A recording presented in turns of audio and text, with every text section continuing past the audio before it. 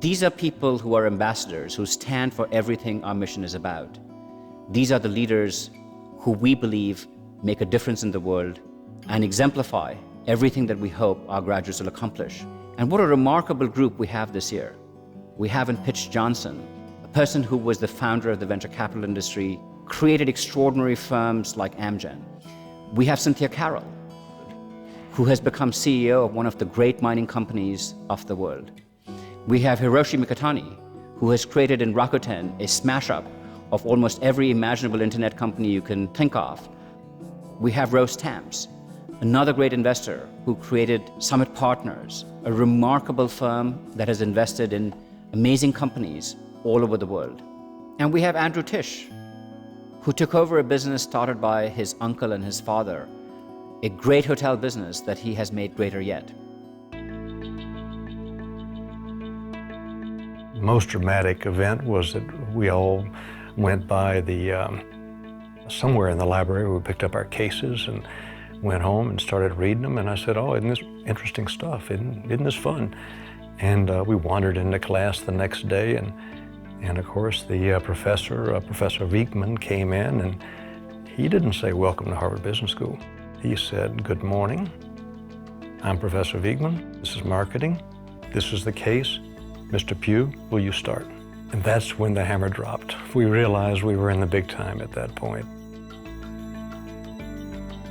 It just gets you to think in such a different way. I was exposed to so many different aspects of business, which I didn't have a clue about, to think in a very disciplined way. Again, but there's no absolute answer. And there are consequences if you make the wrong decision that's very significant, but it doesn't mean it's not reversible.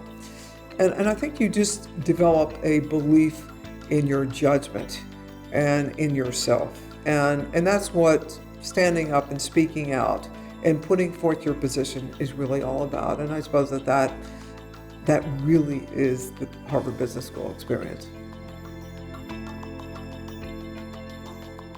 One thing struck me that was good is that how cooperative people were. I mean, I had been in engineering and sort of objective classes at Harvard. People worked together in groups, and they shared information, and and we were assigned things to do in groups.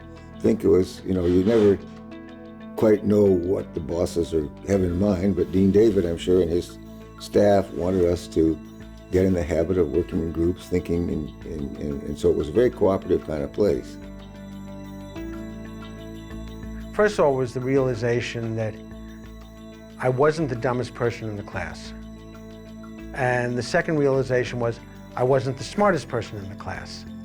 That I was dealing with very, very interesting people, some of the most interesting people I had ever met in my life, and many of whom are still very close friends today. One good piece of advice I got was take the professor, not the course. And there were a number of courses that I took in the second year. The professor was so compelling that the coursework just jumped off the page at you. My section mates were very friendly and accepted me very well, I think. We still keep a very good connection. And as a matter of fact, Rakuten's original business idea came from one of my section mate. The importance of our educational experience is that we don't prepare people for their first job out of Harvard Business School. What we hope we prepare them for is a lifetime of leadership, a career that will continuously evolve, but which at each stage is in some important way influenced by the time that people spend at Harvard Business School. Now we are entering into new ages. That means, and the content is global and information is global. So if you wanted to be in business, you need to be able to do business globally. We are now proceeding this very aggressive language project called Rakuten Equationization, which is really to convert internal communication language of Rakuten from Japanese to English. When we started, only 15% of the people were qualified. I think it's more like 75%.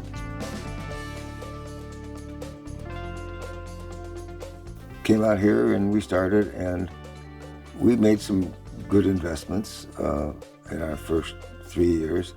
Then I got antsy to run a company, buy a company, and be the entrepreneur, not the venture capitalist. I thought the venture capitalist was more like being a coach, and I could be a player, sort of metaphor.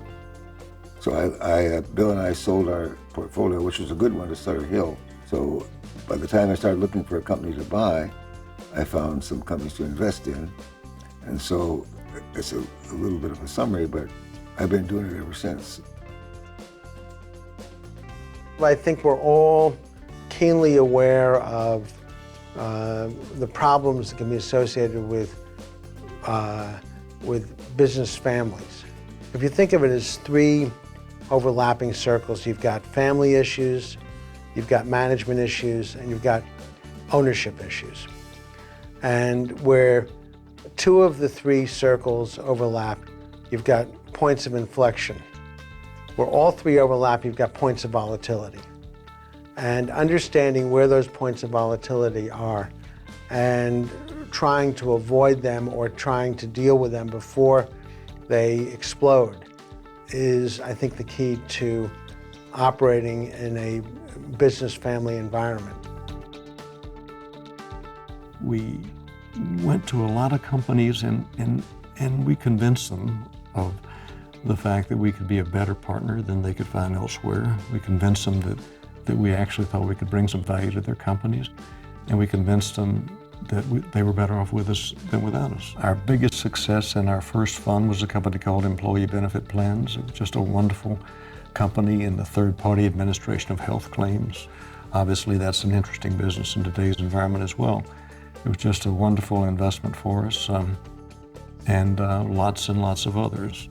Our goal was to make sure we stayed in the upper quartile of our industry, and we did. We had been losing about 45 lives a year prior to me coming for about 5 years. And so, I got into what is a safety program, what's a system, and what I found was that we were far from where we really needed to be. There also was an underlying view that the loss of life was just part of mining, and it was inevitable that we would have fatalities. And I was out with the CEO of the platinum business, and when we arrived back in Johannesburg, he approached me and he said, "We've had another fatality." And to that I said, "That's enough. We're going to shut this mine down, and we're going to bring everybody up out of the ground, and we're going to retrain, and we're going to establish what the infrastructure is all about." And that sent a very strong message to the organization that safety was going to be a priority, and that's the top priority. From my standpoint, if you get safety right, it demonstrates that people really are focused on the right things. Beyond their professional careers, what makes this group remarkable is a number of ways in which they, through their philanthropy, have ended up being extraordinary citizens of the world. They have contributed in so many ways to their communities and to the prosperity of humanity.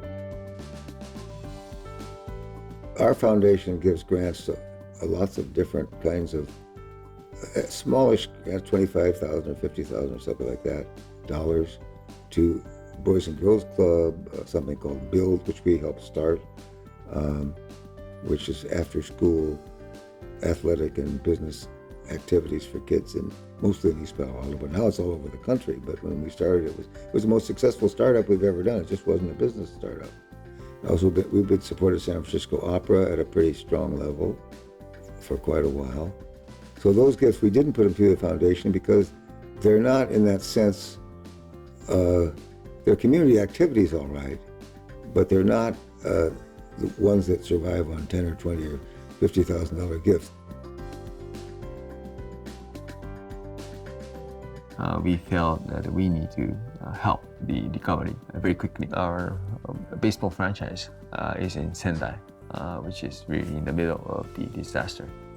impacted area. We started to send as much products we can get. We asked our merchants to help.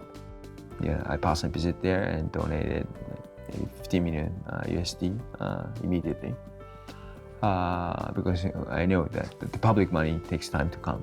So I just went there and gave a check. Rather than just donating everything to the Red Cross, we felt that there should be more direct way that we can function as the intermediary between the people and the needs of the area.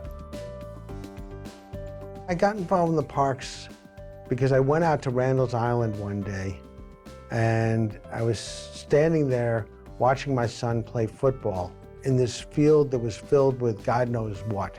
And I was talking to a couple of friends of mine. We were all lamenting that our kids shouldn't have to play in these kinds of fields. And the woman in the couple called me a few days later and said, it'll cost $75,000 to sweep the fields on Randall's Island to make them clean. Will you help? And that got me first interested in what was happening in the parks. So I got involved in the City Parks Foundation and in providing programming for the whole city.